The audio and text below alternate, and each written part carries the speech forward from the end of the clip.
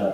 이게 사실은 홈리스에 대해 전체적으로 이렇게 교양을 한다는 게 이야기할 것이 굉장히 많아서 그냥 아셔야 될 것들을 좀 나름대로 다 추려왔거든요. 그래서 양이 좀 많고 어떻게 보면 어느 것들은 너무 이렇게 디테일한 부분도 있을 것 같아서 분위기 보면서 점프하면서 이렇게 가도록 하겠습니다.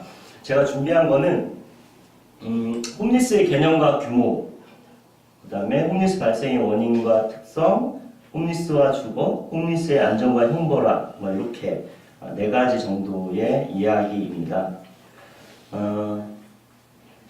홈리스의 개념과 규모인 건데요. 아까 목사님도 홈리스 그리고 바로 이어서 노숙자 이렇게 이야기했는데 이 뭐가 차이가 있는지 그런 이야기를 좀 드리도록 하겠습니다. 홈리스는 지금 우리나라 제도적으로 쓰는 말은 아니에요.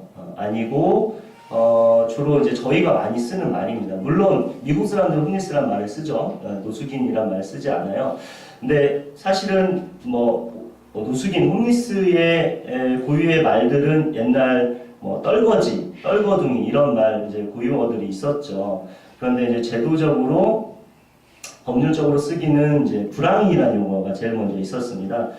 75년도에 내무부 훈령 410호에 지침이 만들어졌죠. 근데 75년도에 대통령이 누구였죠? 네, 박정희 대통령이었죠. 그리고 아시겠지만 이 내무부가 어디 관할하는 부서죠? 내무부가 지금 행자부, 행안부랑 똑같은 거거든요. 경찰 관할하는 부서예요. 근데 가만히 생각해 보면 지금은 노숙인 복지 담당하는 부서가 보건복지부인데, 그죠? 행안부가 아니란 말이에요. 근데 이때는 내무부 훈령으로 관리를 했단 말이에요. 달리 얘기하면 경찰을 관할하는 부서에서 얘기를 했는데 관리를 했는데 단지 이제 단속과 수용 이런 것들 경찰력을 중심으로 배치를 했다. 그러면 홈리스에게 브라인의 어떤 복지 제공이 아니라 어떤 치안을 해치는 행위를 하는 사람 이렇게 인식했다는 것을 알 수 있고요. 75년도에 또 공교롭게도 형제복지원이라는 데가 만들어집니다. 작년에 그 문무일 검찰총장도 어떤 형제복지원 피해자들한테 울면서 사죄를 했었죠. 그때 사건을 덮어버렸기 때문에 거기서 정말로 저희가 만나는 당사자분들도 형제복지원 출신들이 굉장히 많이 있고 거기 또 이 출신 중에 한종선 대표라고 지금 피해자 모임 대표하고 계신데 저랑 동갑이세요. 근데 그때 그냥 잠깐 밖에 나왔다가 그냥 끌려간 부모님도 다 있었거든요. 그분 같은 경우는. 근데 아버지, 누나, 본인 셋 다 끌려가서 찢어져 있다가 그때는 정신적인 충격으로 아버지와 누나 지금도 정신병원에 입원해 있어요. 이런 사건이었는데 75년도에 형제복지원이 만들어졌고 후리갈이라는 용어 들어보셨는지 잘 모르시겠습니다. 어머니께서는 아마 아실 텐데 경찰이 후리갈이 한다고 해서 일제 단속 나와서 좀 보면 좀 불량해 보이거나 옷이 좀 추레하거나 이런 사람들을 전부 다 형제복지원 같은 데 넣었어요. 그리고 충남 영기군에 있는 양진마을 이런 데 수용하고 그랬었던 거죠. 그래서 75년도부터 2004년까지는 불황인이라는 용어만 있었다. 2004년도에 또 이제 노숙인이란 말이 이제 사회복지사업법 그 지침이 바뀌면서 시행규칙이 바뀌면서 노숙인이란 말이 생기고 그다음에 이제 아까 말씀드렸지만 IMF 때 실직 노숙인 그때는 실직 노숙자라고 했죠. 실직 노숙자라는 용어가 나오게 되었습니다. 실직과 노숙이 너무나 이제 명백히 연관되어 있다는 것을 알게 된 거죠.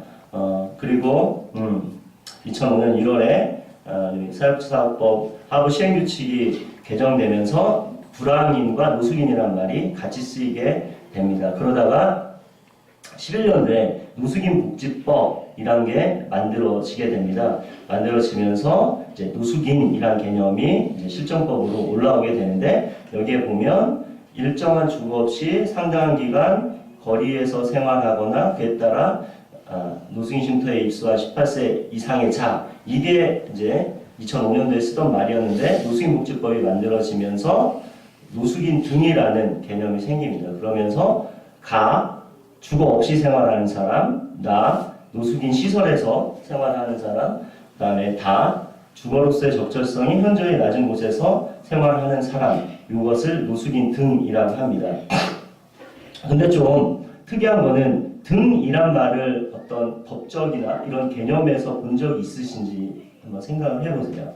동원님 같은 경우도 뭐 장애인복지법이나 이런 것들을 다루시겠지만 보면 장애인은 장애인이에요. 그래서 뭐 장애 등급제가 사실 없어져야 되겠지만 거기에서 등급제도 있고 또 장애 유형도 있고 이런데 그리고 뭐 아동 청소년, 그다음에 노인, 여성 등등 사회복지 영역에서 포괄하는 정책 집단을 등이라는 의존 명사를 붙여서 개념 정의를 한 것은 보기 어려워요.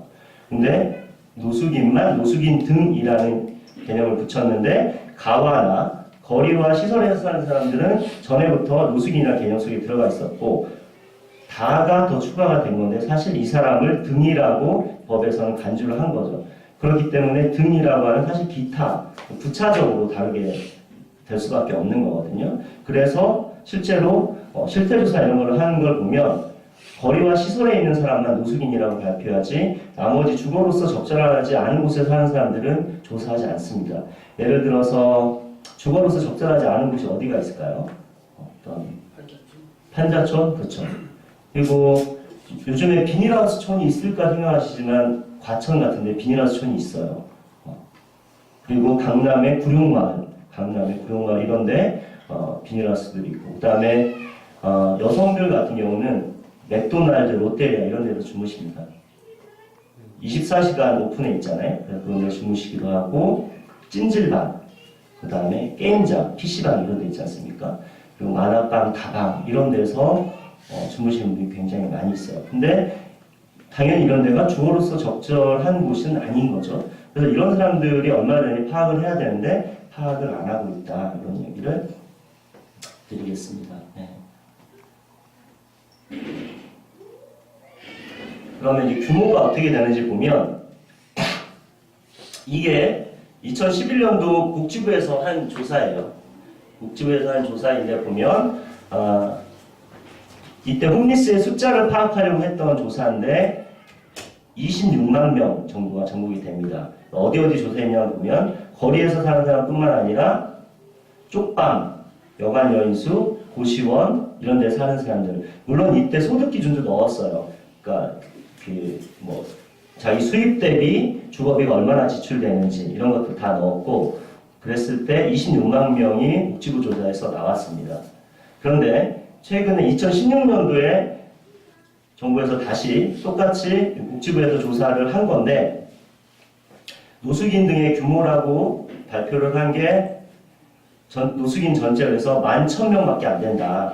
거리, 생활시설 이렇게 해서 11,000명밖에 안 된다고 얘기를 했고 여기에 쪽방을 붙인다 하더라도 2만 명이 한 18,000명밖에 안 되죠.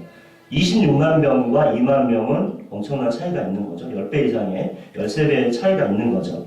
그래서 노숙인 등이라는 개념을 쓴 이유는 사실은 노숙인과 같은 사람, 거리와 시설에 있는 사람만을 지원을 하고 이 등에 해당하는 사람들은 사실은 잘 파악도 안 할 것이고 그에 따라서 지원도 구체적으로 안 할 것이다 라는 정부의 의지가 강하게 반영되어 있습니다.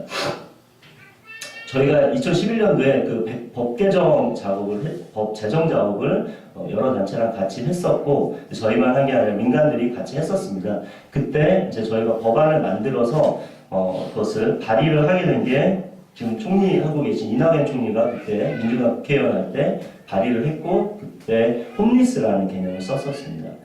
노숙인이라고 갔을 때 여전히 거리와 시설 굉장히 폭좁게 아주 적은 사람만 다루는 그런 법이 되기 때문에 홈리스, 홈이 없다, 홈이 불안하다 이런 개념을 써서 국제적인 기준을 사용을 하자 그런 의도로 갔었는데 그때 당시에 여당인 새누리당과 그리고 정부가 받지 않아서 노숙인 등 복지법 이런 식으로 굉장히 기이한 형태의 법이 만들어졌는데 해외 사례를 한번 보면 일본 같은 경우도 보면 우리랑 마찬가지로 한자 문화권입니다. 일본도. 그런데 일본 같은 경우 법 이름 자체가 홈리스의 자립지원 등에 관한 특별조치법, 홈리스라는 개념을 쓰고 있어요. 물론 그 범주는 굉장히 거리 노숙하는 사람만을 두고 있습니다. 일본도 우리나라처럼 이런 홈리스 부분에 있어서는 일본은 우리나라보다 훨씬 더 못해요. 지원 수준이라든지 이런 것들. 그렇지만 개념은 홈리스라는 개념을 쓰고 있다라는 건데요. 그때 당시에 여당과 정부에서 홈리스라는 개념을 못 쓴다고 한 이유는 영어여서 안 된다는 이유 딱 하나였습니다. 사람들이 못 알아듣는다. 근데 가만히 생각해보면 우리는 정말 영어 홍수 속에서 살고 있지 않나 생각을 합니다. 동사무소라고 했던 걸 동주민센터라고 하고요. 그 다음에 이제 이명박 전 대통령이 했던 뉴타운 사업, 그냥 새마을 사업이라고 하면 되잖아요. 굉장히 많은 영어를 쓰고 있는데 사실 그 국어 사랑을 뭔가 실천을 하려면 이런 사실은 법률 용어보다는 일상어를 잘 순화해서 써야 되지 않나 이런 생각이 들고, 사실은 어떤 법률적으로 개념이란 것은 영어냐 아니냐 이런 것도 중요하지만 사실은 그 집단을 정확히 잘 대표하고 있는 용어냐 이렇게 그것을 가장 우선해서 생각을 해야 되는 건데요. 노숙은 사실 길로자가 아니라 이슬로자예요. 이슬로 잠잘 수 사람 인자인데 이슬 맞고 자는 사람이거든요. 그러면 사실은 서울역 지하도에 사는 사람도 빼야 되는 거예요. 이슬 안 맞으니까. 정말 광장에서 이슬 맞고 비 맞고 자는 사람만 노숙인으로 해야 되는데 그건 잘못된 용어인 거죠. 그럼 홈리스가 영어라서 싫다 그러면 비주택 거주자라든지 뭐 주거 취약계층에 다양하게 바꿔 쓸 수 있는데, 그렇지 않고 노숙인이라고 얘기했던 것은 규모를 굉장히 축소해서 잡으려고 하는 그런 의도가 있다라는 것이고, 그래서 영국 같은 경우는 홈리스를 어떤 법에서 지원하냐면 주택법에서 지원합니다. 주거 문제가 굉장히 중요하기 때문에 그 주택법에서 홈리스를 다루고 있고요. 미국 같은 경우도 법 이름에 어떤 주거라는 이름이 들어가고, 그래서 이제 그 미국에서 이야기하는 홈리스의 개념을 보면 집에서 이렇게 퇴거당할 예정에 있는 사람까지 포함을 하고 있고, 당연히 인간이 주거로서 선택하지 않은 곳에, 주거로서 만들어지지 않은 곳에 사는 사람을 당연히 포함합니다. 그리고 가정폭력에 노출되어 있는 상황, 이런 상황까지 다 포함을 하고 있습니다. 그만큼 그 집에서 퇴거당할 우려가 높다는 거죠. 데이트 폭력, 성폭력 이런 것들을 겪고 있는 사람을 홈리스 상태로 간주를 하고 지원책을 만들고 있어요. 차이가 굉장히 크죠. 그 다음에 이제 뭐 정부는 아니지만 국제 기구들에서 사용하고 있는 개념을 보면 EU 같은 경우가, 유럽연합 같은 경우가 이렇게 간주를 하고 있습니다. 비적정 주거 거주자 포함하고 있고, 그 다음에 이제 더부살이 하고 있는 분들 포함을 하고 있습니다. 포인터를 쓸 수가 있죠. 네.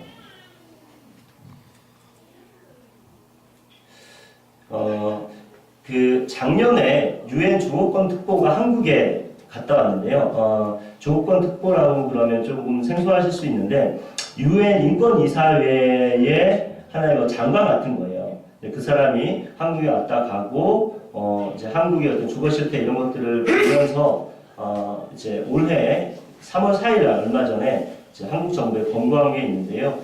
이렇게 이야기합니다. 노숙인복지법은 뭐 되면 주거로서 적절치 않은 곳에서 생활하는 사람까지 포함한다. 이렇게 포괄적으로 정의하고 있다. 그렇지만 복지부에서 조사할 때 거리 홈리스나 노숙인 시설에서 생활하는 사람만을 포함해서 총 노숙인 수는 11,300명으로 추산했다라고 하면서 실태조사가 잘못됐다. 개념과 맞지 않는 실태조사를 하였다라고 지적을 했습니다. 그래서 저희가 이제 용어 얘기를 계속 좀 길게 드렸는데요. 홈리스라는 용어를 사용하는 것은 말씀드렸지만 정책 대상의 아주 일부만을 담고 있다는 점에서 부적절하다고 판단하기 때문이고, 그리고 이 홈이라는 것은 사실은 만약 우리가 집이 없어졌을 때를 한번 생각을 해보세요. 집이 없었을 때 집에서 하는 사적 행위들을 공공장소에서 한다라고 했을 때 저 사람 이상한 사람이네요 라고 대번 이야기할 텐데, 이 집이 제공하는 어떤 이점 이런 건 굉장히 많은데요.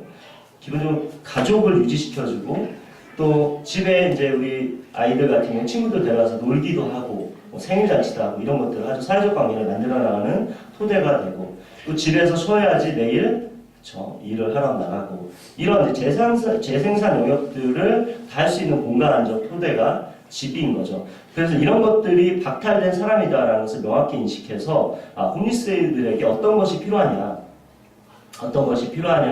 그리고 홈리스 당사자는 무엇을 요구해야 되냐 이런 것들을 명확히 드러낼 수 있다는 장점이 있기 때문에 저희는 홈리스라는 용어를 사용하고 있고요. 만약 이게 영어라서 안 된다라고 한다라면 비주택 거주자나 이런 식으로 적절한 용어를 선택하면 된다라는 거예요. 근데 주거 이런 것들이 들어가면 또 안 된다고 그래요. 왜냐하면 이거 국지부 관할인데 주거가 들어가면 이건 국토부 관할이다. 이런 식으로 좀 기계적으로 국회에서는 사고하고 있어서 영국이나 미국이나 이렇게 주거를 중심으로 홈리스 주거 지원을 하는 그런 형태와는 굉장히 다르게 아주 연성의 아주 가벼운 사회복지 서비스 그래봤자 노숙인 재활 요양시설에 들어가도록 하는 그런 종류의 사업만을 하고 있는 거죠. 우리 동원님 일하시듯 어쨌든 장애인들 같은 경우도 생활시설에 굉장히 많이 생활하고 있습니다.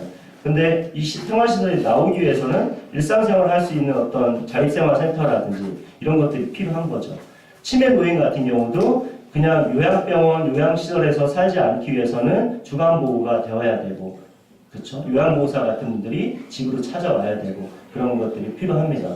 이게 사실 주거가 인간생활에 있어서 얼마나 중요하냐 이런 부분 보시면 얼마 전에 그 경기도 화성에 계신 노부부가 자살한 일이 있었어요. 이게 신문에 났었는데 어떤 일이냐면 부부가 같이 이제 치매에 걸렸어요. 치매에 걸려서 자녀들이 부부가 사시는 집을 팔고 이제 요양시설에 모시려고 했고 요양시설에 들어가기 전날 이제 부인이 남편을 살해하고 부인도 스스로 목숨을 끊는 그런 일이 있었거든요.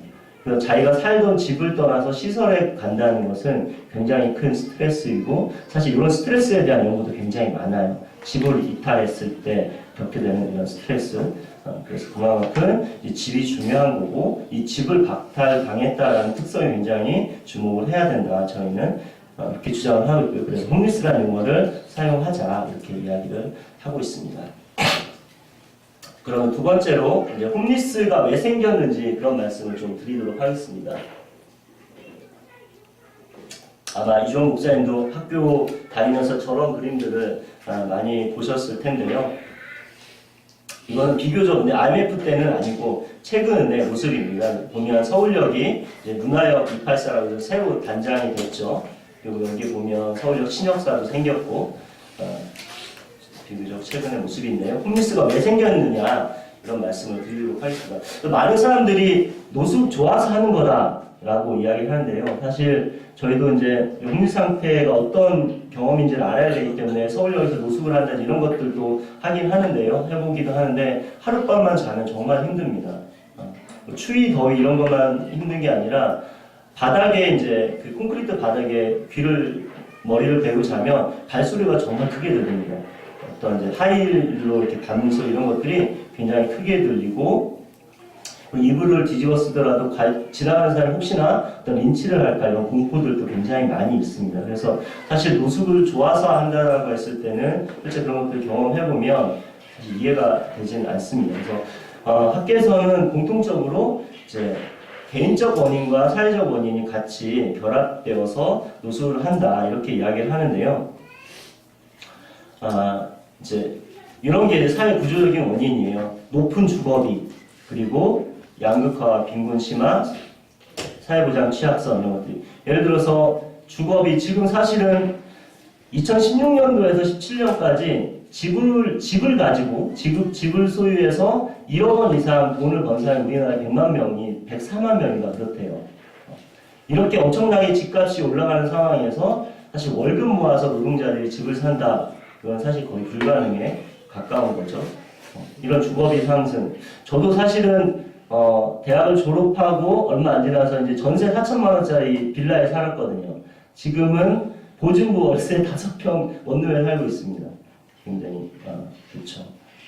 굉장히 높은 집값이 원인이 되고 있고 또 이제 양극화 이런 문제, IMF 때문에 그런 거죠. IMF가 대표적으로 이야기하는 것이고, 그다음에 사회보장 취약성. 우리나라 사회복지 직을 갖고 있는 분들이 굉장히 늘고는 있습니다. 그렇지만 여전히 우리나라는 시설 수용 중심의 그런 낮은 사회보장을 갖고 있어서 이런 부분 때문에 이런 부분이 어떤 노숙을 만드는 어떤 구조적인 배경이 되는 거고 여기에 또 교육을 많이 못 받았거나 혹은 여성이거나 나이가 많거나 불안정한 직업을 갖고 있었거나 또 또 병이 있거나 이랬을 때는 노숙 생활에 진입한다는 것이죠. 사회 구조적인 허약함, 그리고 개인적인 취약성 이런 것들이 맞물려서 노숙이라는 상태가 만들어진다. 이런 것들이 정설이다. 이렇게 이해하시면 될 것 같고요. 실제 사회 구조적인 부분이 얼마나 크냐 이런 부분 보시면 IMF 당시를 보시면 되는데 98년 IMF 협약 체결을 한 게 97년 11월이에요. 11월 21일 날 구제금융을 요청을 했어요. 그러니까 98년 4월이면 IMF의 효과가 이제 막 나타날 시점인데 이때 당시에 서울 지역 거리 노숙 인구가 650명밖에 안 됐는데 한 달 지나면서 숫자가 쭉쭉 늘어나죠. 그래서 불과 4달 만에 한 4배 정도의 홈리스의 숫자가 늘어나는 것을 볼 수 있습니다. 그래서 어떤 사회 구조적인 원인이 노숙 발생이 얼마나 큰 원인이 되는지를 우리는 IMF라는 그런 경험을 통해서 알게 되었습니다. 또 이제 그 설문조사들을 한 것들을 보면 왜 노숙을 합니까? 당신은 어떻게 해서 노숙을 하게 됐느냐? 그 결정적 계기가 뭐냐 이렇게 물어보면 대략 이런 식으로 나옵니다. 남성과 여성이 좀 차이가 있어요. 남성 같은 경우는 실직과 사업 실패 그런 경제적인 원인이 가장 크죠. 그렇죠? 여성 같은 경우는 이혼 및 가족 해체 이런 게 가장 큽니다. 물론 뭐 질병 이런 부분도 많이 큽니다만.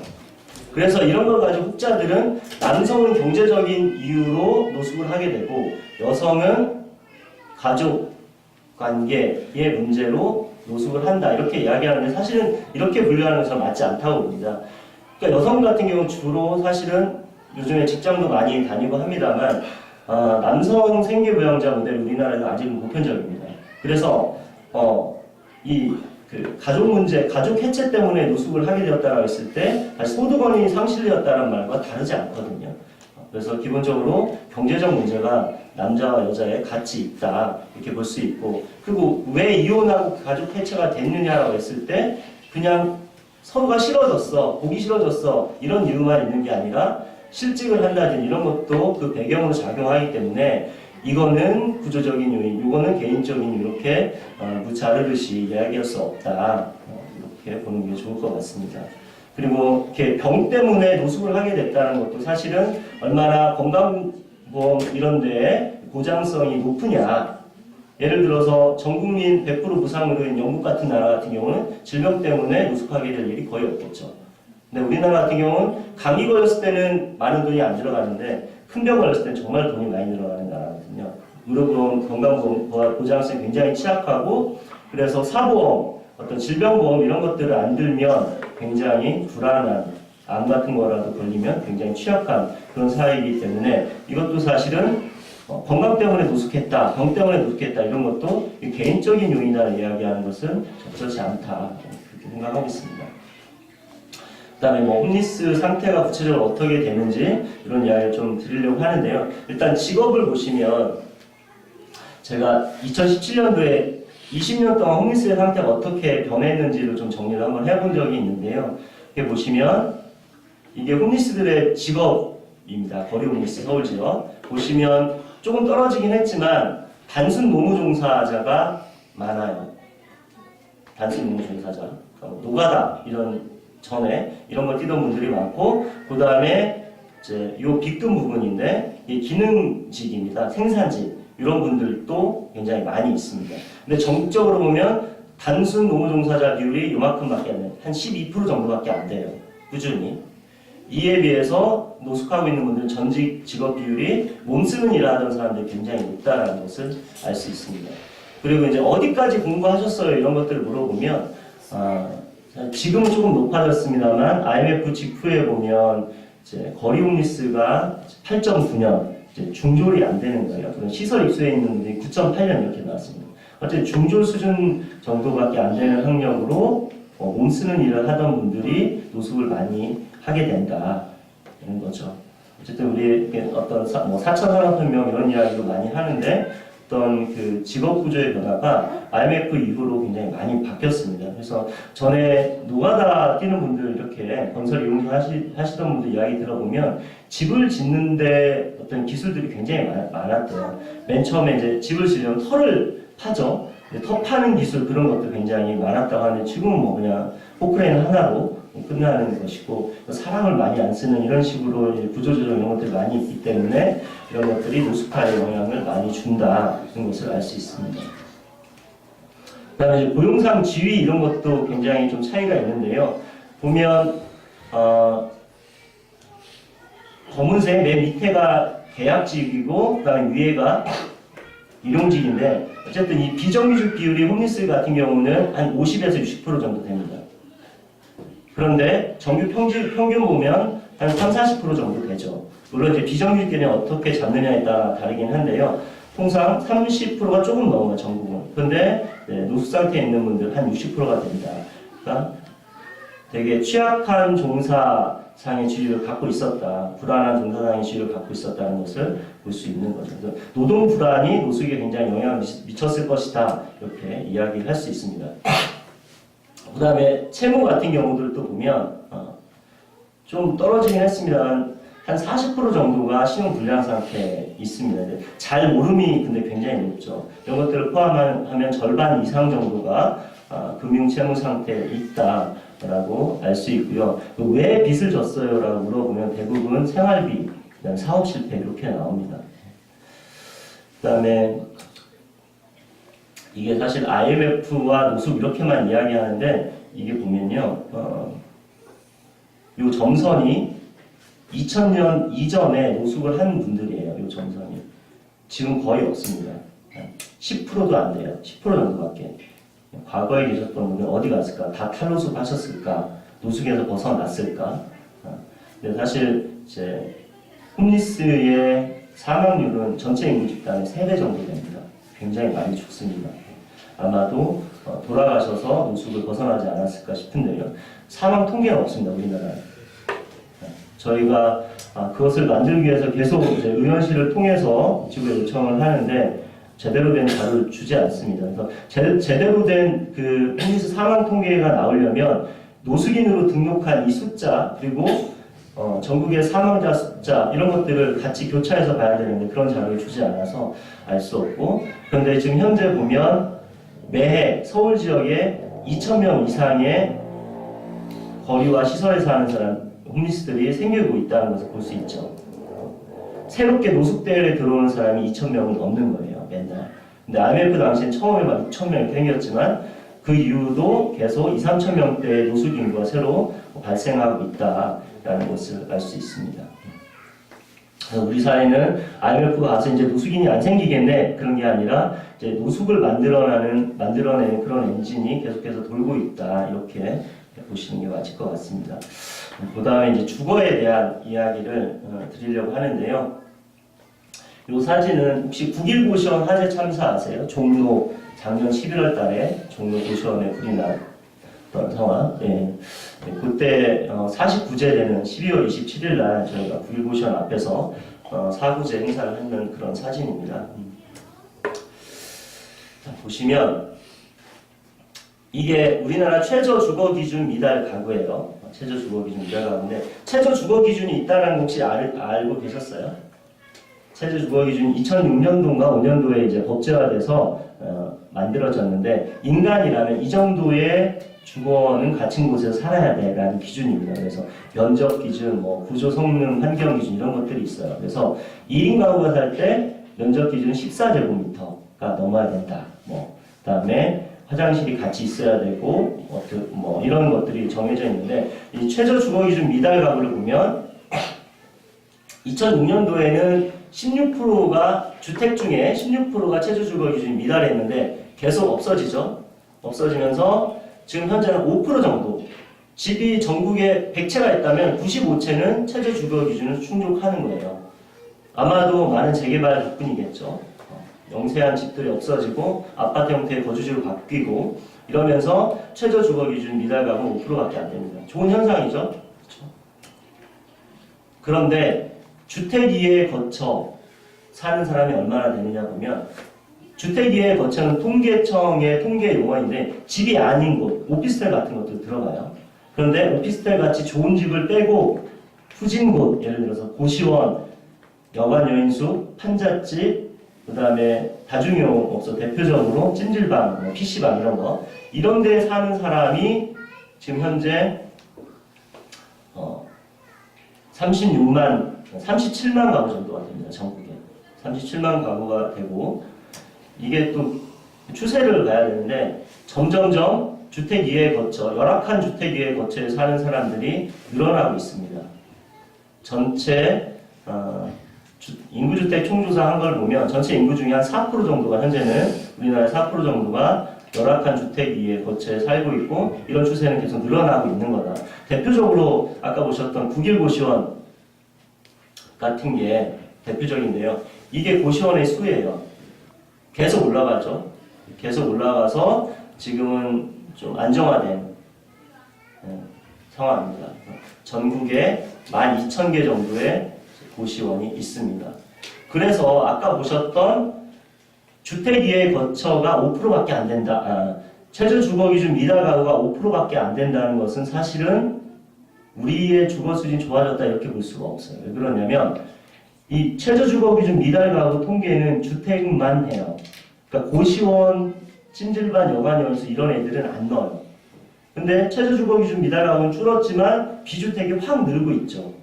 그렇기 때문에 최저주거기준 미달 통계만 보고 우리 주거 수준이 좋아졌네 이렇게 이야기하는 것은 사실은 착시죠. 그래서 최저주거기준 미달 통계 역시 어떤 이 비주택 이런 것들을 반영해서 내지 않는 이상 어떤 우리의 어떤 주거 실태 이것들을 자세하게 액면 그대로 드러내는 자료는 될 수 없다. 저는 이렇게 보고 있습니다. 대표적인 게 이게 그 국일고시원 네, 현실인데요. 먹방이라고 그러죠. 이런 넓은 공간 안에 방이 한 평짜리 방이 쫙 있습니다. 그래서 이렇게 이 창문 근처에 살았던 사람들이 뛰어내려서 살았는데요. 이 공간 안에 이렇게 먹방에 그러니까 외부로 난 창이 없는 먹방에 있던 사람들이 이번에 다 죽었습니다. 그래서 사실 창이 있는 공간에 살아야지 호흡도 제대로 할 수 있고 맑은 공기 마시고 이렇게 주거 환경도 좋지만 사실은 이런 그 위기 상황 때 안전이 도피도 할 수 있는 거죠. 그래서 이제 이런 비주택이라고 이야기하는데 주택이 아닌 열악한 거처를 통상 비주택이라고 이야기하는데 이런 비주택에 대해서 어떻게 접근해야 되는지 이런 이야기를 좀 드리도록 하겠습니다. 실태 조사를 해보면 이게 고시원 살고 있는 분들이 어려워하는 부분이 방음 어려워하세요. 그러니까 방음이 어렵냐면 일단 칸막이 고시원 아마 사셨던 분들도 계실 텐데 벽체가 그냥 석고보드 같은 거 되어 있습니다. 이렇게 툭툭 치면 소리가 다 들리고 말소리 이런 것들이 다 들립니다. 그래서 TV 볼륨 조금만 크게 해도 싸움이 나고 그런가 동시에 그다음에 이 천장하고 다 이어져 있습니다. 소리가 다 천장을 통해서 넘어가는 이런 구조라서 방음이 계속 취약하고 일단 최소 면적이 너무 작다라는 말씀 많이 하십니다. 저도 거리에서 거리 오피스 분들 상담을 하면 얼마 전에 몇 년 전에 그런 분을 봤는데 자기가 며칠 전까지 고시원에 살았다. 한 2, 3년 정도 고시원에 살았는데 어느 순간 너무 미칠 것 같아서 그냥 뛰쳐나왔고 그 순간부터 지금까지 노숙을 하고 있다 이런 말씀을 하시거든요. 감옥에 독방에 가둔다는 것이 왜 사람한테 형벌일까를 한번 생각해보면 적어도 어느 정도 면적은 사람한테 있어야 될 것 같아요. 그래서 최저 주거 기준의 면적 기준은 14제곱 이렇게 정했을 텐데 고시원 같은 데는 너무 좁습니다. 목사님처럼 키 큰 사람들 같은 경우 다리 뻗기 힘든 그런 고시원도 굉장히 많이 있고 월세가 굉장히 비싸죠. 고시원 월세 25만 원, 30만 원 정도 하거든요. 한 평밖에 안 되는데 창문도 없고 그래서 9.1 고시원 화재 났을 때 언론들이 앞다퉈서 얘기한 거는 스프링클러 얘기만 했어요. 스프링클러 없다. 그런데 이런 안전대책 당연히 중요한데 안전대책뿐만 아니라 주거에 대한 대책이 같이 가야 된다. 같이 가야 된다는 거죠. 불나서 죽는 것만 죽는 거냐. 거기에서 오래 살아서 사람이 질병 걸려 죽고 이런 것들은 문제 아니냐라는 거죠. 그리고 9.1 고시원 화재에서 드러났듯이 창문이 있던 사람들은 살았거든요. 그것은 주거로서 적정한 곳이 안전한 곳이기도 하다라는 방증이기 때문에 저희는 고시원 이런 비주택에 대해서 별도의 기준을 만들어서 그런 기준을 충족하도록 해야 된다라는 생각을 가지고 있습니다.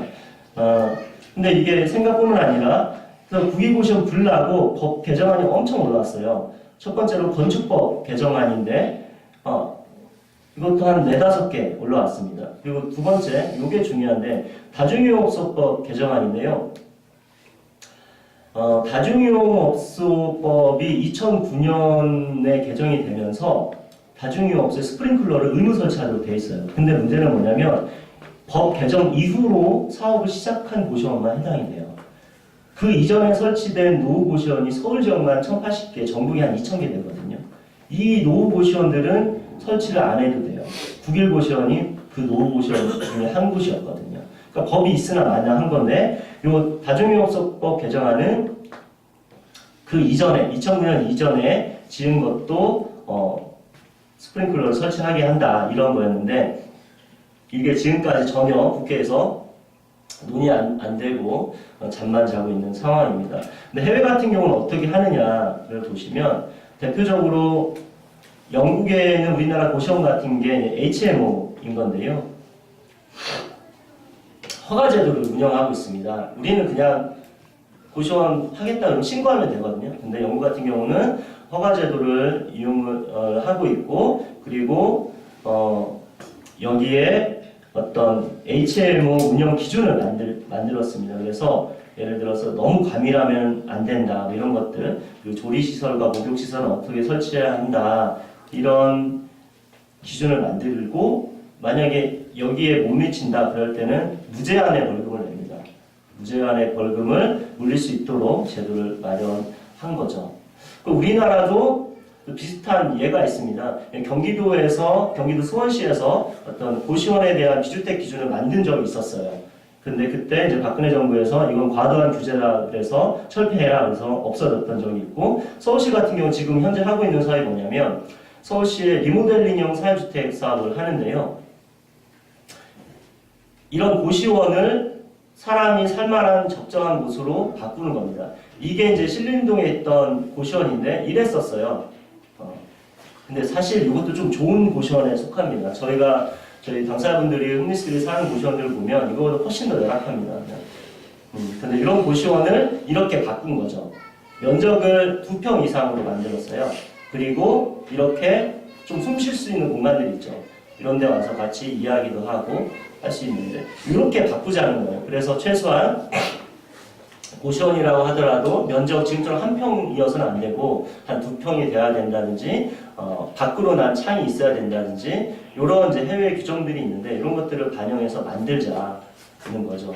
물론 이제 최저 주거 기준 14제곱미터로 가는 게 결론적으로 맞죠. 근데 그러려면 고시원 방 서너 개를 털어야지 방 하나 만드는데, 그럴 때 높은 월세가 굉장히 높아지겠죠. 그런 것들이 있기 때문에 지금보다는 조금 나아지지만 어떤 최저주거 기준까지는 가지 않더라도 지금보다는 좀 나아지는 그런 기준을 만들어야 한다, 저는 그렇게 이야기를 하고 있습니다. 또 이제 비주택 거처의 대표적인 곳이 바로 쪽방인데요. 사실은 쪽방을 가보신 적이 있을지 모르시겠지만 서울역 맞은편에 동자동이라는 곳이 대표적인 쪽방인데 아직도 재래식 화장실을 써요. 수세식이 아니라 재래식 화장실, 시골에서나 볼 법한 그런 화장실을 쓰는데 왜 이렇게 낙후하냐. 집주인들이 저는 신경을 쓰지 않아요. 월세 따박따박 나고 빨리 재개발돼서 거기가 헐릴 것을 바라지 절대 개선하지 않습니다. 그래서 쪽방이 개발 사업에 굉장히 노출돼 있고 굉장히 없어지고 있는데 그런 이야기를 잠깐 드리도록 하겠습니다. 쪽방이 2009년에 10,000개 정도가 있었는데 2016년도에 2014년도에 8,000개로 떨어졌죠. 한 2,000개 정도가 없어졌는데, 이거는 쪽방 상담소가 설치된 곳만 얘기를 하는 거예요. 서울, 대전, 인천, 부산 이런 데, 나머지 지역에 있는 쪽방은 아예 파악이 안 된 겁니다. 대표적으로 이제 영등포 쪽방 같은 경우가 이렇게 이제 쪽방이 있었는데 이런 식으로 다 철거가 됐죠. 철거한 이유는 나무를 심는다는 그런 이유였어요. 그래서 쪽방을 철거하고 이렇게 나무를 심었죠. 녹지를 심었는데 이거 철도 소음을 방지하겠다 이렇게 해서 철거하고 나무를 심었는데요. 여기에 살던 분들에게는 이주 보상이라든지 이런 것들이 전혀 되지 않아서 사실 이분들이 다 이런 쪽방으로 다시 옮겨갔어요. 쪽방 가격이 당연히 올랐겠죠. 2, 3만 원씩 다 올랐습니다. 그리고 일부는 뭐 노숙을 하다가 돌아가신 분들도 있고 그렇습니다. 그리고 이제 남대문 서울역 맞은편에 남대문 경찰서 이쪽에 있는 나무가 쪽방 지역 같은 경우도 또 재개발 사업으로 400개 없어지고 또 2016년도에 또 220개 없어지고 이런 식으로 대단지로 쪽방이 없어지고 있습니다. 근데 없어지면 이런 거 생겨요. 이게 서울역 맞은편에 동부에서 지은 큰 주상복합 건물이죠. 여기에 당연히 쪽방에 살던 분들이 들어갈 수가 없고 이런 것들을 지으면 임대주택을 짓지 않습니다. 재개발하면 늘어난 용적률의 일정 부분 17%를 임대주택으로 건설하게 되는데 이건 아파트 건설하는 사업이 아니기 때문에 임대주택을 짓지 않아요. 그러니까 여기에 살던 사람들은 또 다른 쪽방으로 비싼 돈을 내고 가야 되는 거죠. 그리고 최근 들어서 또 다른 움직임도 있는데요. 서울역에 공항철도가 생겼잖아요. 그래서 거기서 아예 티켓팅도 하고 외국 손님들이 서울역을 통해서 굉장히 많이 유입이 됩니다. 그러다 보니까 이 쪽방이 뭘로 바뀌냐면 이런 게스트하우스로 많이 바뀝니다. 그래서 외국 손님 오는 곳으로 바뀌는 거죠. 그럴 것이 수익률이 굉장히 차이가 납니다. 이거 보시면 2017년도 논문인데요. 왼쪽이 쪽방이 오른쪽이 게스트하우스예요. 공실률이 없다. 그러니까 손님이 다 들어왔다라고 했을 때 쪽방은 300만 원밖에 못 버는데 게스트하우스는 1,500만 원 버는 거예요. 그리고 현재 공실률을 비교하더라도 게스트하우스가 한 50% 정도는 돈을 더 벌어요. 그러니까 집주인들이 돈이 조금만 있으면 게스트하우스로 바꿔서 외국 손님 마련을 하는 거죠. 그래서 이런 주거 실태에 대해서 이 사람이 이제 UN 주거권 특별 보고관인데요. 한국에 다녀오고 이제 올해 3월 4일 날 우리나라 주거 실태에 대해서 이제 권고안을 발표를 했는데 대표적으로 뭐 이런 이야기를 했죠. 한국은 홈리스가 심각한 문제라고 인식은 하는데 홈리스가 생기는 근본적인 원인을 파악하고 해결할 계획이 없는 것으로 보인다. 정부 측도 만나고 정부의 어떤 답변이라는 것들을 1년 동안 받은 다음에 1년간 보고서를 썼거든요. 이 사람이 1년간 보고서 쓴 결과가 이런 거예요. 그리고 홈리스에게 장기간 거주할 수 있는 적정 주거에 대한 선택지를 보장하기 위한 계획도 들은 바 없다라고 질타를 하고 있습니다. 그리고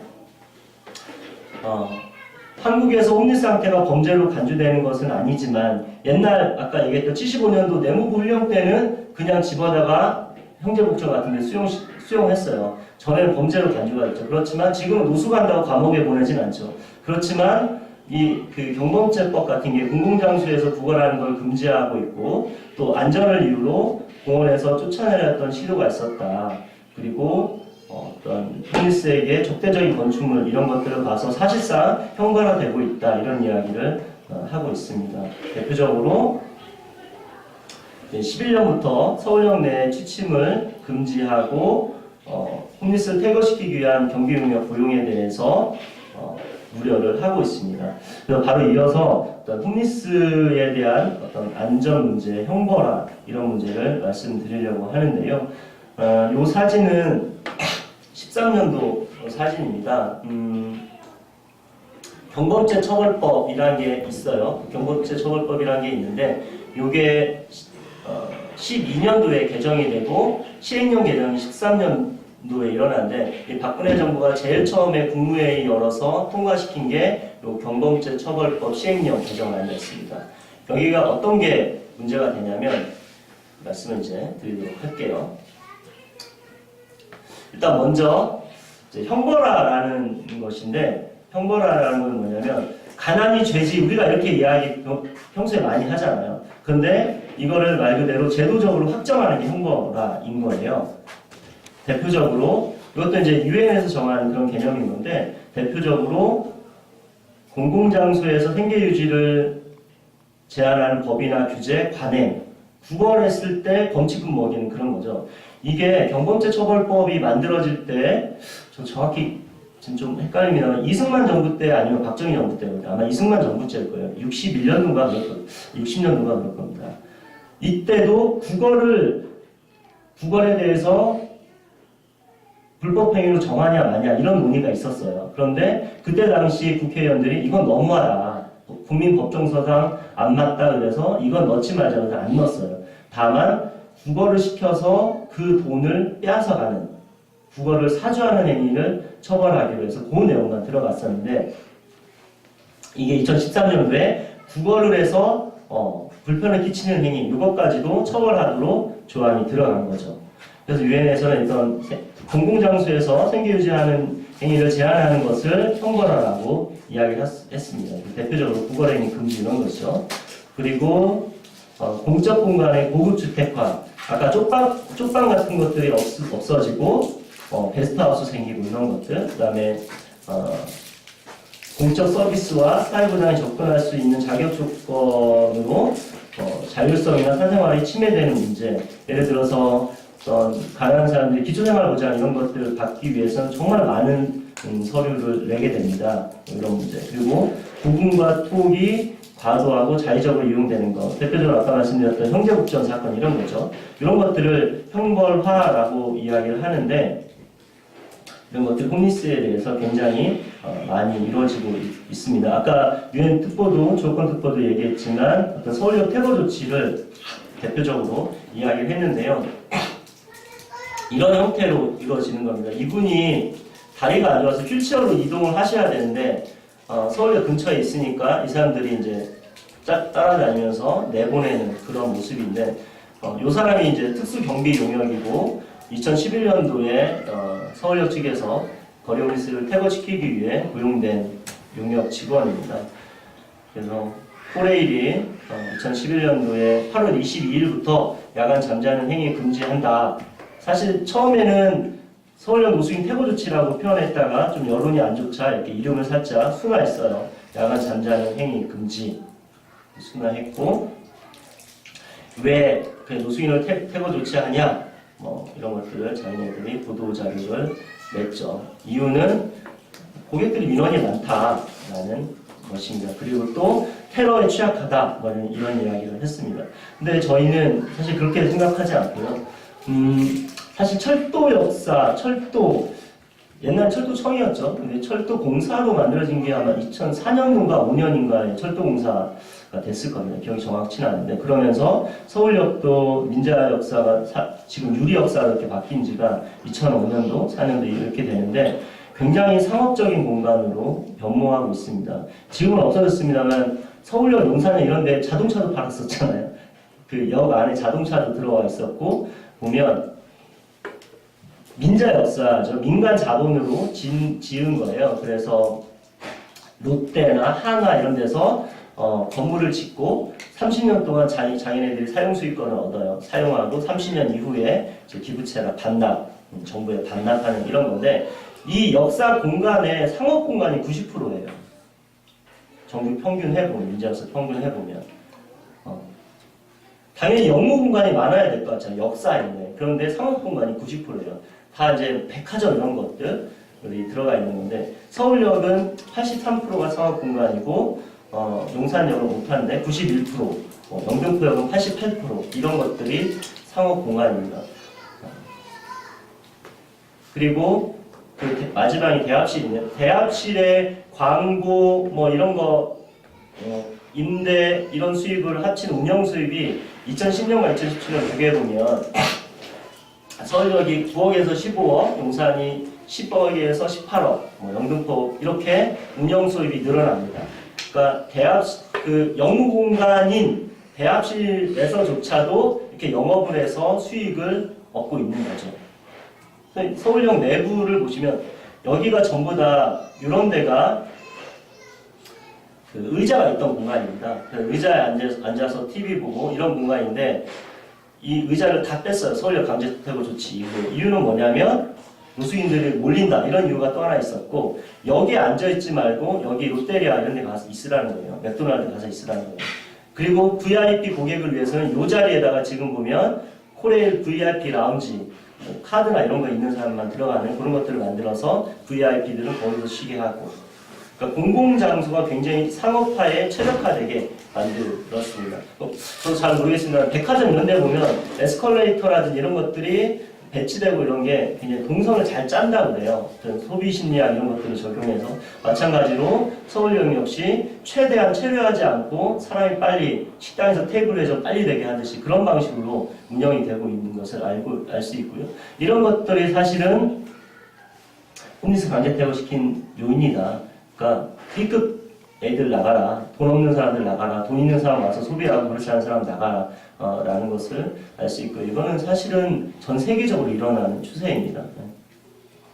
그 특보가 이런 것들에 대해서 지적을 했던 것이고요.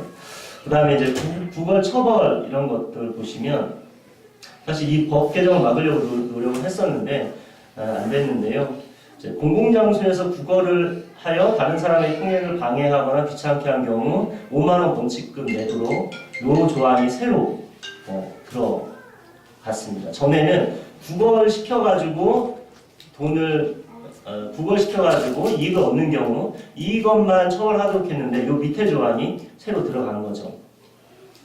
근데 통행을 방해한다, 귀찮게 한다 이런 것들이 사실은 굉장히 모호해요. 그죠?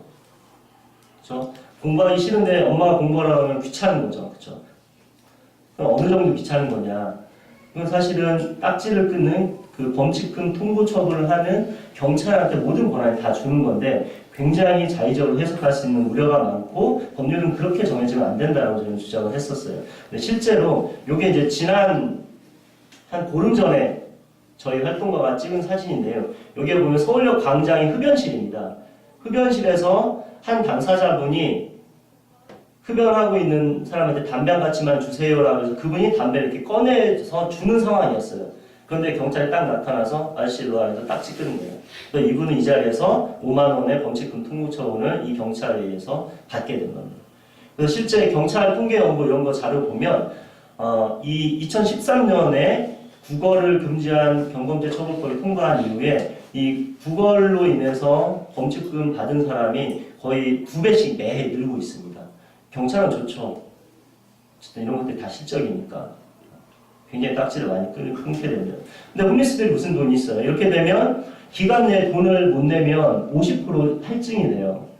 이게 5만 원짜리 딱지면 7만 5천 원을 일정 기간에 내야 되고 못 내죠. 그럼 어떻게 하겠습니까? 노역장 가서 살아야 몸으로 떼어야 되고 이런 문제가 발생을 하는 겁니다. 그리고 이런 서울역 강제퇴거 조치 이후에 어떤 이제 홈리스에 대한 혐오가 굉장히 늘어나고 있는데요. 이게 서울로라는 거예요. 서울역 옆에 보면 옛날에 차 다니는 것을 이렇게 공원으로 만들었는데 이 공원을 만들고 공원을 운영하기 위해서는 조례를 만들어야 돼요. 왜 그러냐면 이게 사실은 실제 용도상은 이게 길이에요, 길. 근데 지목은 길로 되어 있지만 실제는 공원으로 운영되어 있는 굉장히 특수한 상황이라서 별도의 조례를 서울시에서 만들어야 됐어요. 근데 이 조례에 어떤 내용이 들어갔냐면 노숙 금지 조항이 들어가 있었습니다. 당연히 뭐 노숙을 여기서 못한다 이런 의미이겠지만 사실은 이제 노숙하는 사람들이 여기에 다니지 못하도록 하는 그런 내용이었고 이게 이제 확인 결과 이제 경찰의 요청으로 그런 내용이 들어가게 되었습니다. 그래서 저희가 이 개장하는 날인데 이렇게 피켓팅 같은 걸 하면서 결국에 노숙금지 조항은 나중에는 삭제를 하게 되었습니다. 근데 이제 홈리스에 대한 혐오가 드러나는 부분들이 굉장히 많이 있는데요. 이게 사실 어떻게 보면 팔걸이처럼 보입니다만은 이런 벤치에는 사람이 누울 수 있지만 이런 데는 누울 수 없죠. 그래서 노숙을 방지하기 위한 건축물입니다. 이런 것들이. 그리고 서울역 광장에도 보면 기둥 밑에 문어발처럼 이렇게 쇠를 달아놨는데 거기에 앉지 못하게 기둥에 기대서 앉지 못하게 만든 건데 이런 이제 혐오 건축물들이 굉장히 늘어나고 있습니다. 요것도 이제 서울역 근처의 다리 밑입니다. 뭔가 예쁜가요? 여기도 이제 홈리스들이 어떤 앉거나 그다음에 폐지 수집하는 리아카 이런 거를 손수레 이런 걸 여기다 세워놨던 곳인데 그런 것을 세워놓지 못하도록 이렇게 대리석을 굉장히 뾰족하게 깎아놨습니다. 깎아서 이런 데다 박아 놓는 거죠. 그걸 홈리스들은 여기 오지 마라 이런 것들 표시하는 그런 건축물이라고 할 수 있습니다. 이거는 제가 사는 그 화곡동인데요. 이런 현수가 있었습니다. 지역개발 미루더니 노숙자촌 웬 말이냐, 엄마 노숙자가 무서워요, 그런 건데요. 아까 뭐 영국, 미국 이런 이야기 하면서 홈리스에게 있어서는 사실 홈리스가 뭐예요? 주거지가 없거나 굉장히 열악한 상황에 있는 사람이잖아요. 그러면 주거를 제공하는 게 복지에서 가장 기본이 돼야 돼요. 그래서 정부가 2007년부터 주거취약계층 주거지원 사업이라고 해서 홈리스에게 임대주택을 제공하는 사업을 하고 있어요. 물량이 굉장히 작죠. 그래서 이제 주로 어떤 집을 공급하냐면 이렇게 다세대 같은 걸 짓다가 한 90% 정도 졌는데 돈이 딸려서 부도나고 이런 경우가 굉장히 많아요. 이런 것들을 정부가 사가지고 한 10% 공정을 더해서 집을 완성해서 공급하는 사업을 하는데 이제 화곡동에 이런 집을 살려고 하니까 지역 주민들이 여기 노숙자 들어오면 안 된다. 가난한 사람들 들어와서 임대주택으로 활용하면 안 된다라고 이렇게 현수막을 붙이고 있어요. 뭐 엄마 노숙자가 무서워요 이렇게 이야기를 하는데 사실 아이 교육을 생각하는 것처럼 보이지만 집값 떨어진다고 싫어하는 거고 그리고 재개발을 하기 위해서는 그 노후 건축물 비중이 일정 부분을 충족해야 돼요. 그런데 이런 부동산 건물을 완성을 할 경우에는 노후 건축물 비율이 떨어지기 때문에 재개발할 때 불리한 거죠. 이렇게 이제 경제적인 이유로 홈리스들을 반대하는 거죠. 사실은 아이를 위해서거나 당연히 홈리스를 위한 이런 반대는 아닌 것이고요. 그리고 이거는 제가 지난번에 그 종강역 근처를 지나다가 본 거죠. 이게 뭘까요? 마치 보면 이렇게 신문 같은 거, 잡지 같은 거를 전시해 놓는 것 같은데 여기에 이제 홈리스들이 걸터 앉지 말라고 만든 겁니다. 민간 그 상가 앞에 이런 방식으로 이제 홈리스를 적대하는 그런 분위기, 그런 행정들, 그런 행위들이 서울역 강제퇴거 조치 이후에 굉장히 많이 만들어졌고, 그래서 저희가 서울역 강제퇴거 조치에 강하게 항의했던 것들은 서울역 안에 홈리스가 있고 없고가 중요한 게 아니다. 근데 공기업이 앞장서서 홈리스들을 내쫓고 사회적으로 낙인 찍고 이런 것이 훨씬 더 홈리스에 대한 어떤 사회적 인식을 악화시킬 것이기 때문에 무서운 거다. 이런 이야기를 많이 했거든요. 근데 그때 그 허준영 경찰청장 출신인 사람이 호레일 사장으로 가면서 이 조치가 시작이 되었었고, 근데 이게 이렇게 하는 나라들도 특히 미국 같은 곳에는 홈리스에 대한 형벌하고 굉장히 심각합니다. 우리나라보다 훨씬 심각하고 앉기, 눕기 제한 법률 이런 것도 있는 주들이 있어요. 그래서 30분 이상 한 자리에 체류했을 때 퇴거 명령을 할 수 있고 거기에 위반하면 바로 구속할 수 있는 그런 법들도 있어요. 이 정도는 아니지만 우리도 그런 식으로 이제 확산하고 있다 라는 생각이 듭니다. 네, 이런 이제 홈리스에 대한 형벌화와 동시에 홈리스들을 힘들게 만드는 것들이 있는데요. 여러 가지가 있습니다. 대표적인 것들이 인신매매가 있죠. 이런 명함들을 받게 되는데요. 제가 받은 명함인데 제가 아는 분이 서울역에 노숙하시는 분이 직업소개소에 갔어요. 영등포에 있는 직업소개소인데 가서 목포역에 도착해서 거기에서 이제 염전을 소개받은 거죠. 염전 소개받아서 갔는데 당연히 일을 했는데 돈을 안 주고 이런 경우가 있는 거죠. 작년 초에 인간극장 아세요? 따라라라 이렇게 하면서 그 방송하는 인간극장 5부 작수로 많이 하는데 거기에 보면 소금꽃이 피었습니다라는 그 인간극장 한 3, 4월인가 이때 나왔거든요. 3, 4월에 나왔는데 거기 염전 아버지와 아들이 열심히 사는 모습을 5부작으로 그린 건데 사실 그분들도 이제 거기에 있는 홈리스들의 노동을 착취했던 분이었습니다. 거기에 있던 분을 제가 영등포역에서 만나게 되었고 지금 현재 영등포에 있는 보존해지는 시설에 계신데 이분도 돈 한 푼 못 받고 밥도 자기가 해 먹어야 되고 반찬도 김치만 주고 그런 상황에서 계시다가 경찰에 신고해서 어찌어찌해서 나오게 된 것이었는데요. 이런 염전으로 팔려가서 돈 하나도 받지 못하고 이런 일들이 굉장히 많이 있죠. 여전히 있습니다. 그런데 요즘에 유행하는 거는 사실은 이보다는 명의범죄입니다. 사실 노동력 차치 해봤자 한 달에 월급으로 따졌을 때는 1, 200인 건데 이 명의범죄는 그 수준이 아닙니다. 저희가 2011년 정도부터 이제 변호사 단체랑 같이 이제 홈리스 법률 상담을 하고 있습니다. 그래서 명의도용 피해 당한 분들 100명을 대상으로 피해 당한 분들 100명을 대상으로 실태 조사를 했던 적이 있는데요. 이를테면 세금 체납된 것만 1억이에요. 1억 1천만 원. 그러니까 홈리스 명의로 유흥주점 이런 걸 만들어요. 그래서 세금 안 내고 6개월 정도 영업하면 이 정도 쌓입니다. 중장비 대여, 그 다음에 유흥주점 이런 것들을 굉장히 많이 해요. 탈세하려고 하는 거죠.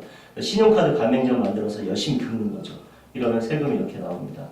그 다음에 대포차 만들어서 팔고 이런 거죠. 요즘에 전두환 씨가 다시 나오지 않습니까? 전두환 씨의 차남 전재용 씨가 비자금 세탁한 것도 노숙인 명의 통장이었어요. 근데 왜 이런 명의범죄가 많이 일어나냐? 사실은 생계비를 마련하기 위해서 알고 당하는 겁니다. 알고. 홈리스들이 모르고 당하는, 알았어요, 몰랐어요 물어보면 알았다는 게 70% 넘어가고 몰랐다는 게 20% 넘어가요. 25% 넘어가요. 알고 당하는 거예요. 속아서 당하는 게 아니라. 그럼 그만큼 복지가 제 역할을 못한다는 거죠. 그래서 저희도 이제 그리고 주로 뭐 취약한 분들이 많이 당하기도 하고 뭐 정신질환이 있거나 정신장애가 있거나 이런 사람을 데리고 가서 하는 경우도 많이 있는데요. 이런 일들이 지금 계속 벌어지고 있고 또 하나는 요양병원 문제가 있습니다. 그러니까 고령화가 되면서 요양병원이 굉장히 늘어나고 있어요. 그죠? 요양병원이 늘어나고 있는데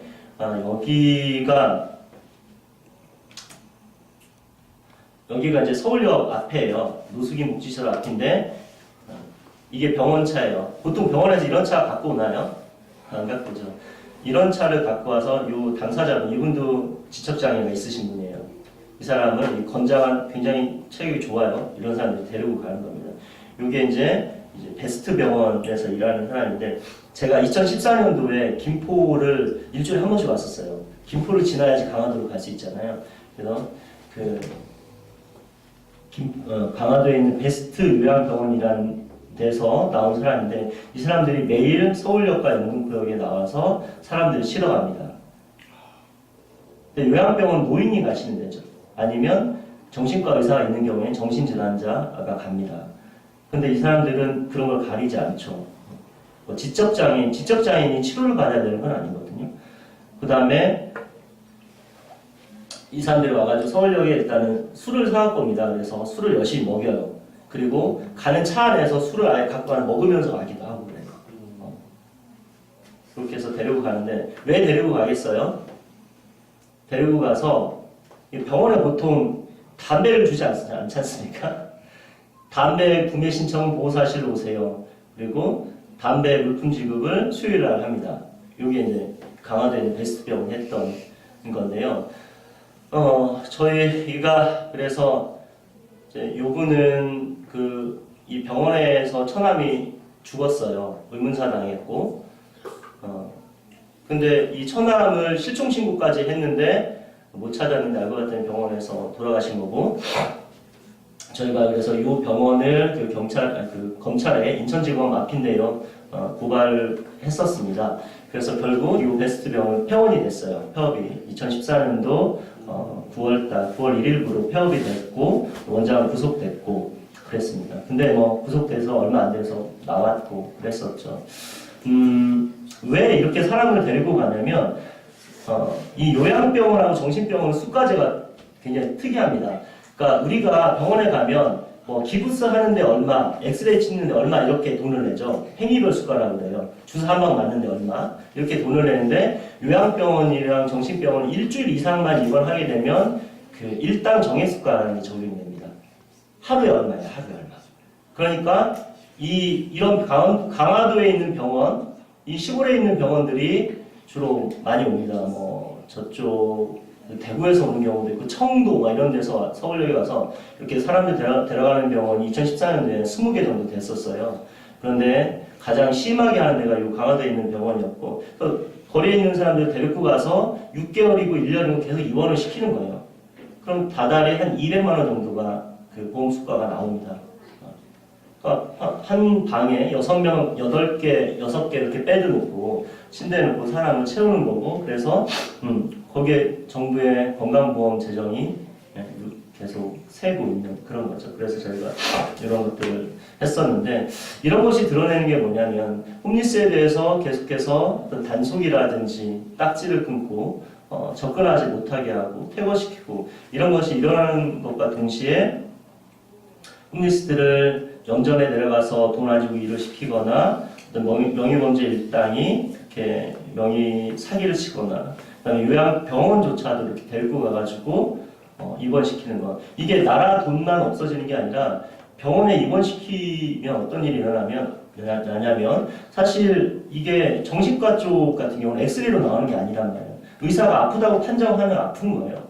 그리고 그 안에 가면 계속 약을 줍니다. 어떤 이들은 입에 넣고 화장실 가서 뱉기도 하는데 이 정신과약 같은 경우는 굉장히 멀쩡하던 사람도 지속해서 먹으면 의존성이 생기거든요. 뭐 럼이나 이런 괜히 독한 약이 있어요. 그런 것들은 의존성이 생기는데 이런 걸로 없는 병까지 만들게 되고 이 안에서 저항을 하면 코끼리 주사라는 게 있습니다. 그거는 그냥 은어인데 멀쩡한 사람도 그 주사 한 방 맞으면 코끼리로 이 주사 한 방 맞으면 쓰러진다 그래요. 코끼리 주사라는데 이거 한 대 맞으면 2박 3일 정도 맥을 못 춘다고 그래요. 그러니까 물리적으로 저항하는 것도 굉장히 어렵고 그리고 그 안에서 보호사라는 건장한 아까 택시 그 차 운전한 그런 사람처럼 건장한 이들이 있어서 저항하는 것도 사실상 불가능한 그 내보내주지 않으면 나갈 수 없는 그런 일들이 그 근처에 있는 베스트병원에 있었습니다. 근데 저희가 이렇게 해서 병원 하나를 폐원을 없앤 것밖에 안 돼요.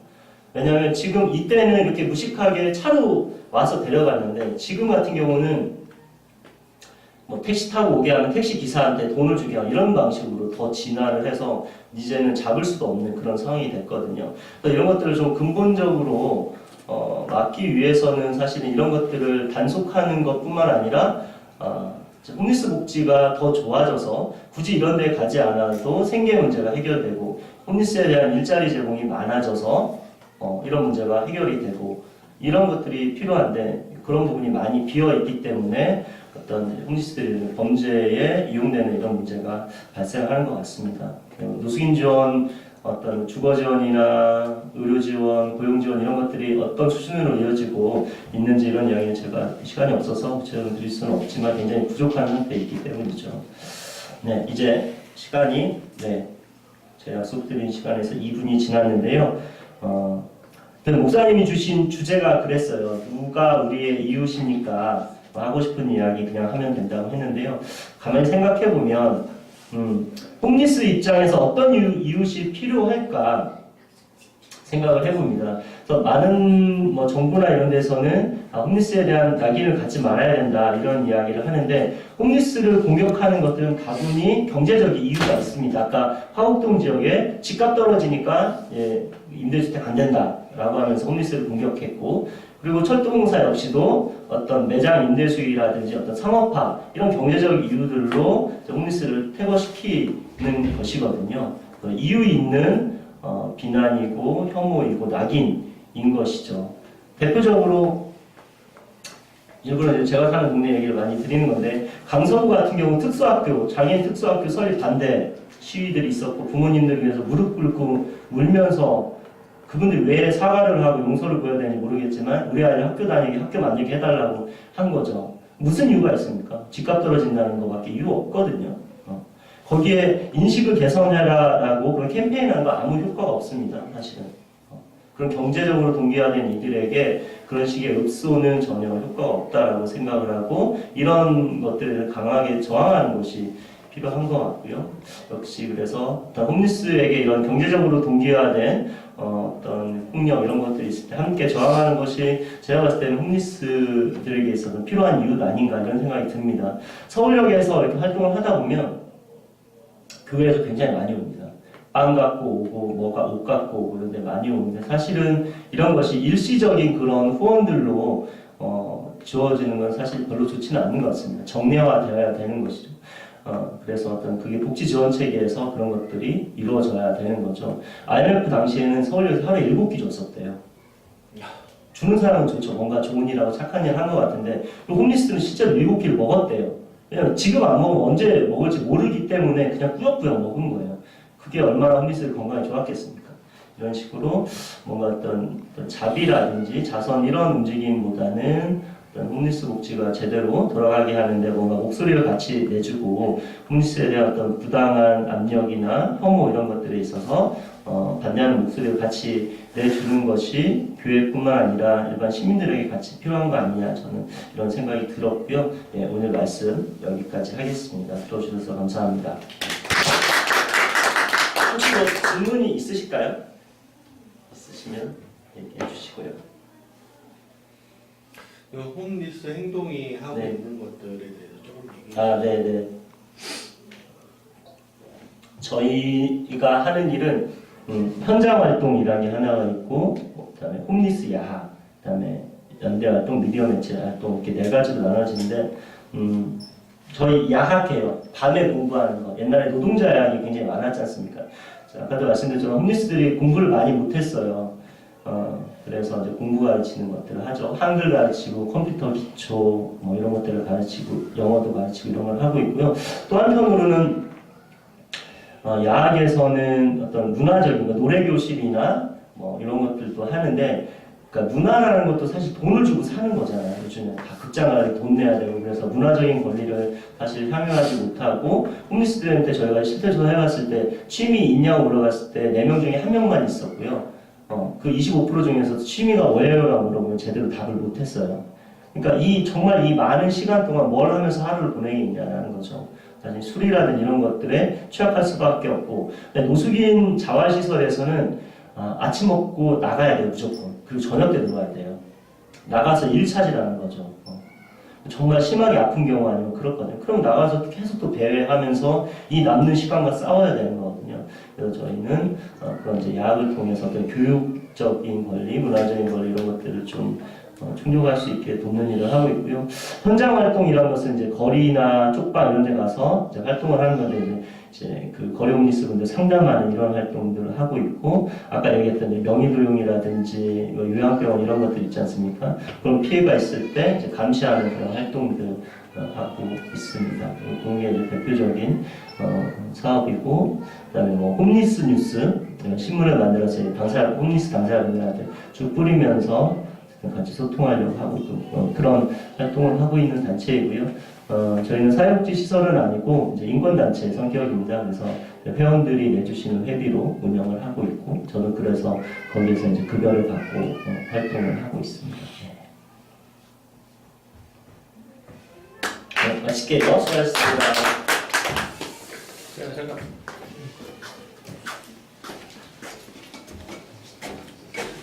다 어디 가셨지? 근데 결국에는 제가 되게 충격받은 거는, 결국에는 홈리스의 문제는 경제에서 시작해서 경제로 끝나는구나 생각을 하는 거예요. 그러니까 경제적인 문제 때문에 쫓겨나고 경제적인 문제 때문에 다시 들어가지 못하고, 경제적인 문제 때문에 막혀있고, 그러니까 다 이게 뭐야? 물질, 만물. 그리고 이 땅이 지금 만물의 지배를 받고 있고, 만물의 지배를 받으니까 결국에는 인간이 낙원에 들어가지 못하는, 결국에 예수 그리스도의 사랑만이 그것을 가능하게 한다. 그렇게 이제 생각을 좀 해볼 수 있게 되었습니다. 오늘 감사하고요.